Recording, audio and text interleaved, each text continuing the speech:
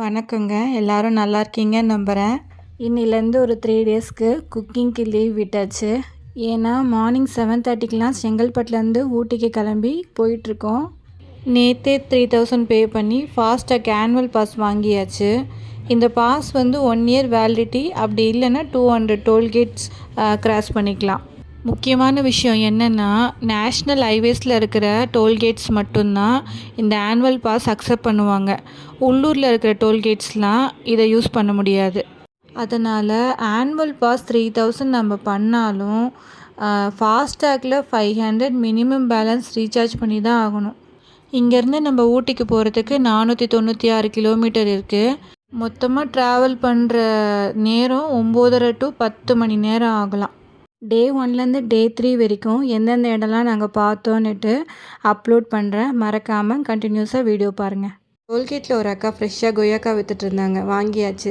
சில நேரம் நமக்கு பசிக்கும் போது ஹோட்டலில் நிப்பாட்ட முடியாது. அதனால் இந்த கொய்யாக்கா வச்சு அட்ஜஸ்ட் பண்ணிக்கலாம். உளுந்தூர்பேட்டையில் அன்னபூர்ணா ஹோட்டலில் பிரேக்ஃபாஸ்ட் முடிச்சிட்டோம். அந்த ஹோட்டல்லையே குழந்தைங்க விளையாடுறதுக்கான ப்ளே ஏரியா இருந்தது. பாப்பா நல்லா அதில் விளையாடிட்டு இருந்தா. கோபிச்செட்டிப்பாளையத்தில் லஞ்சு முடித்தோம். 4 o'clock ஆகிடுச்சு.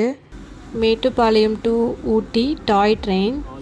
ஈவினிங் 5 o'clock மலை ஏற ஆரம்பிச்சிட்டோம். இருட்டாக்கிறதுக்குள்ளே ஊட்டி ரீச் ஆகிடணும்னு நினச்சோம். ஏன்னா வந்து லைட்டாக மழை வேறு பெய்யுது. மழை ப்ளஸ் இருட்டு ரெண்டுமே கலந்த மாதிரி ஒரு சூழ்நிலையில் வண்டி ஓட்டுறது கொஞ்சம் கஷ்டமாக தான் இருந்தது. மேட்டுப்பாளையம் குன்னூர் வழியாக ஊட்டி போகிறதுக்கு 51 கிலோமீட்டர்ஸ் ட்ராவல் பண்ணணுமா, 2 மணி நேரம் ஆகும். மொத்தம் வந்து 14 கொண்ட ஊசி வளைவுகள் இருக்குது அப்படின்னு சொல்லிட்டு மென்ஷன் பண்ணியிருக்காங்க. ட்ராவல் பண்ணிகிட்டு இருக்கும்போதே என் ஹஸ்பண்ட் கேட்டாங்க, இந்த இவ்வளோ பெரிய மலையில் எப்படி ரோடு போட்டு ஒரு ஊரை உருவாக்கியிருக்காங்க அப்படின்னு சொல்லிட்டு கேட்டாங்க. உடனே ஹிஸ்ட்ரி எடுத்து செக் பண்ணி பார்த்தோன்னா, பழங்குடியின மக்கள் இருக்காங்க இல்லையா, அந்த தோடர், கோத்தர், இருளர், படுகர், இவங்கெல்லாம் வந்து இந்த மலைவாழ் மக்களாக இங்கே வசிச்சுட்டு இருந்திருக்காங்க. அதுக்கப்புறம் 1820 வந்து ஆங்கிலேயர்கள் வந்து இதை கோடைக்கால தலைநகராக மாற்றிருக்காங்க. ஏன்னா அவங்களுக்கு அந்த நம்ம ஊரோட வெயில் வந்து அவங்களுக்கு ஒத்துக்கலை. இங்கிலாந்தோட குளிர்ச்சியான ஒரு காலநிலை வந்து இந்த ஊட்டியில் அவங்களுக்கு கிடைச்சதுனால இங்கே நிர்வாகமும் பண்ணியிருக்காங்க. அவங்களோட ஓய்வு நாட்களை இங்கே அவங்க கழிச்சிருக்காங்க.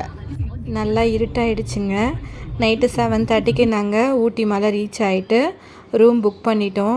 ஹோட்டல் தமிழ்நாடு யூனிட் 2ல் தான் நாங்கள் ட்ரை பண்ணோம். ஆனால் ரூம் கிடைக்கல.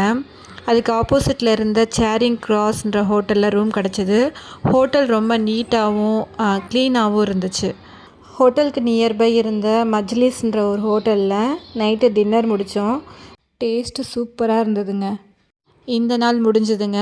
நாளைக்கு நம்ம எந்தெந்த இடம்லாம் சுற்றி பார்க்க போகிறோன்றதை நீங்கள் பார்க்கணுன்னா மறக்காமல் லைக் பண்ணுங்கள், கமெண்ட் பண்ணுங்கள், சப்ஸ்கிரைப் பண்ணுங்கள்.